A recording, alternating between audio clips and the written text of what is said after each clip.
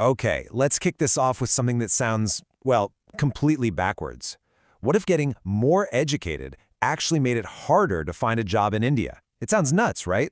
But that's the bizarre paradox at the heart of the country's job market. And we're about to dig into not just the problem, but a really interesting potential solution.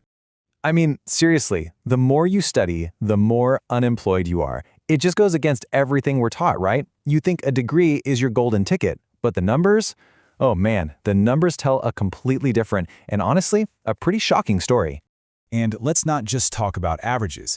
Let's start at the very, very top. We're talking about the IITs. Think of them as the MITs and Stanfords of India, the absolute cream of the crop. And get this, in 2024, a full 40% of their graduates are unemployed. 40!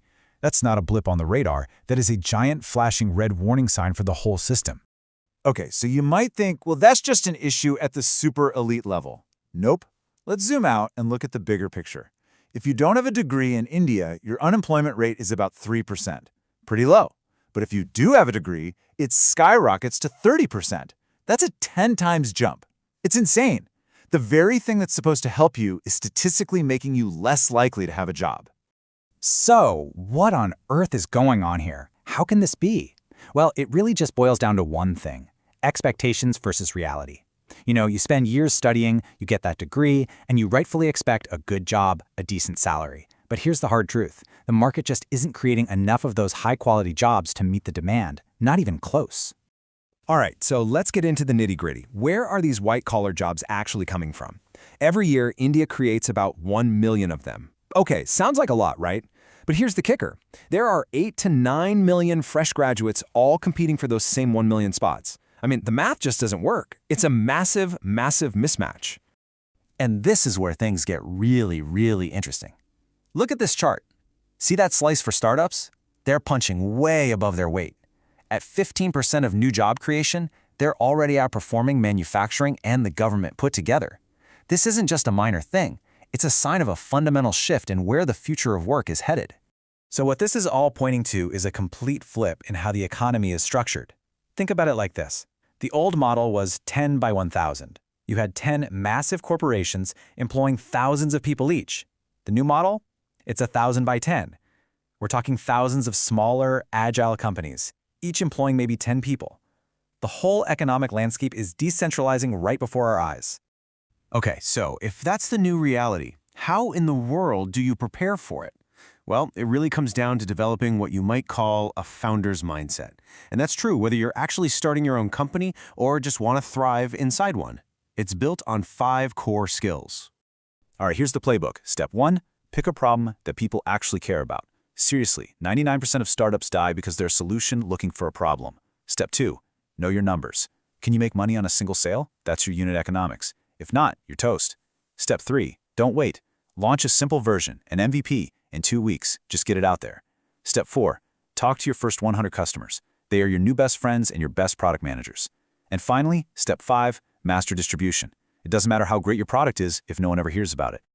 You know, this whole new economic environment, it completely changes the game. It actually gives a huge, almost unfair advantage to these small, scrappy startups over the big established giants. So let's break down why that is. The core of this advantage has a name. It's called the innovator's dilemma.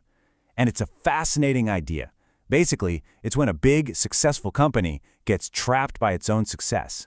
It's making so much money from its current business model that it's literally impossible for it to embrace a new, disruptive idea, even if that idea is the future. And the perfect, most famous example of this? Blockbuster. Remember them? Their entire profit model, like 80% of it, came from charging you late fees. So when this little nobody startup called Netflix came to them and said, "Hey, we'll sell you our whole online DVD business for $50 million, Blockbuster literally laughed them out of the building. They couldn't see past their late fees. And, well, we all know who's laughing now. So let's just boil it down to 3 simple reasons why startups win in this environment. First, no baggage. They're not protecting some old revenue stream, so they can go all in on the future. Second is speed. I mean, while a big company is stuck in endless approval meetings, a startup has already built and launched 3 new things. And third, talent. The smartest, most ambitious people don't want to be a tiny cog in a giant, slow-moving machine. They want ownership, They want impact, and they find that at a startup. But look, this is about something so much bigger than just a handful of successful startups. We're talking about building an entire ecosystem, a whole new engine to power the country's economy for decades. And the cool thing is, there's actually a blueprint for how to do this. I mean, how was a place like Silicon Valley actually built? You might think it just kind of sprang up out of nowhere, right? An accident of history? Not at all. It was the direct result of a very deliberate, very strategic plan. And it all revolved around one university. The whole thing starts with this one professor at Stanford, a guy named Frederick Terman. Back in the 30s and 40s, he was just sick and tired of watching all his smartest students graduate and immediately move to the East Coast for jobs. So he just decided to change the rules of the game. He created a class where the goal wasn't to get a job, but to build a venture.